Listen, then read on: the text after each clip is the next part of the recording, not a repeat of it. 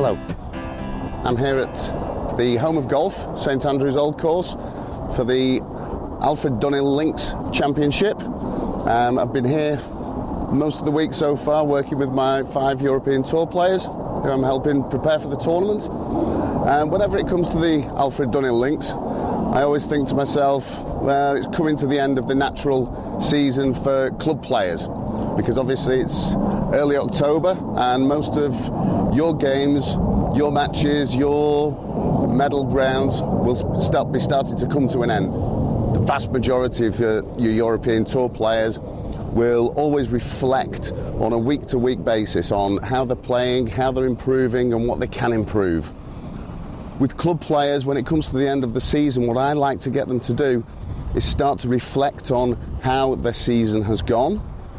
And this is because what we need to do is we need to really start thinking about what we need to be doing over the winter to improve, to have your best 2013, your best season that you've ever had. So first of all, we need to learn how to reflect, and constructively. And the way that I do that with my clients is by creating what we call a performance profile. Basically, what a performance profile is you break the game of golf down into most of its component parts.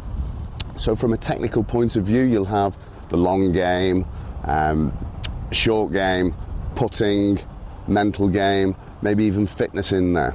With the mental aspects, you can look at your confidence, your pre-shot routines, your post-shot routines, your visualization skills, all these kind of things that make up a really good mental game, and how you understand the game of golf and your own golf mind. And basically, what we do is we make this list of all the different components in your golf game, and from a really simplistic point of view, all you need to do is ask yourself how you've been over the last couple of months and rate yourself out of 10 for each of those component parts. So for example, you might have in your long game section, you might have your medium irons, you might have long, medium and short irons. So if you've been pretty strong with your medium irons, you might rate yourself 8 out of 10. If you've been pretty weak with your short irons, you might rate yourself, 5 out of 10. So once you've reflected on those, what you then need to do is write them down and then consider what rating you would like to have them at by the start of next season.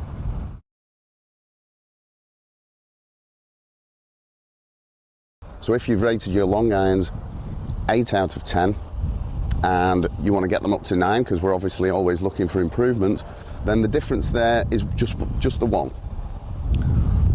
With your medium irons or short irons, if you've rated yourself 5 and you want to get them up to 8, then the difference is going to be obviously 3. So that's an area that you need to target more, because the bigger the difference between where you're at now and where you want to be by the beginning of next season, that's where you need to prioritize to get the most improvement in your game.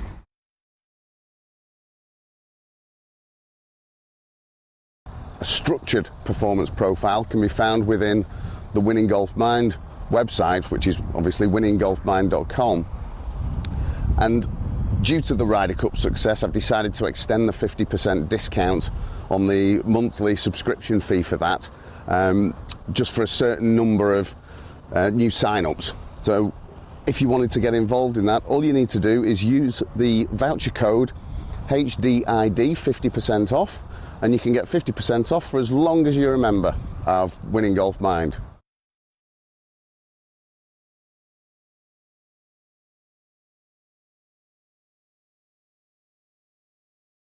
In there, like I said, you'll find a structured performance profile, but you'll also find so many videos that are going to help you understand your own personal mental game and how to improve it and how to gain confidence and consistency in your mental game. Obviously the Ryder Cup was just last week over in the States, and what a comeback by Europe. All the guys who have made it over to the old course for the Dunhill Links have just been getting congratulated all the time on the range. It's been absolutely fantastic. The atmosphere this week, being on the European Tour, has been sensational with that huge comeback against the Americans. What mental strength they showed, and what it was all about to me was about momentum.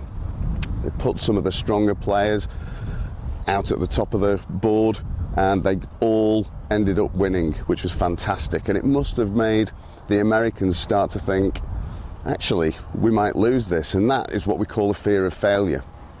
Now, what the Europeans had, they had basically nothing to lose, really.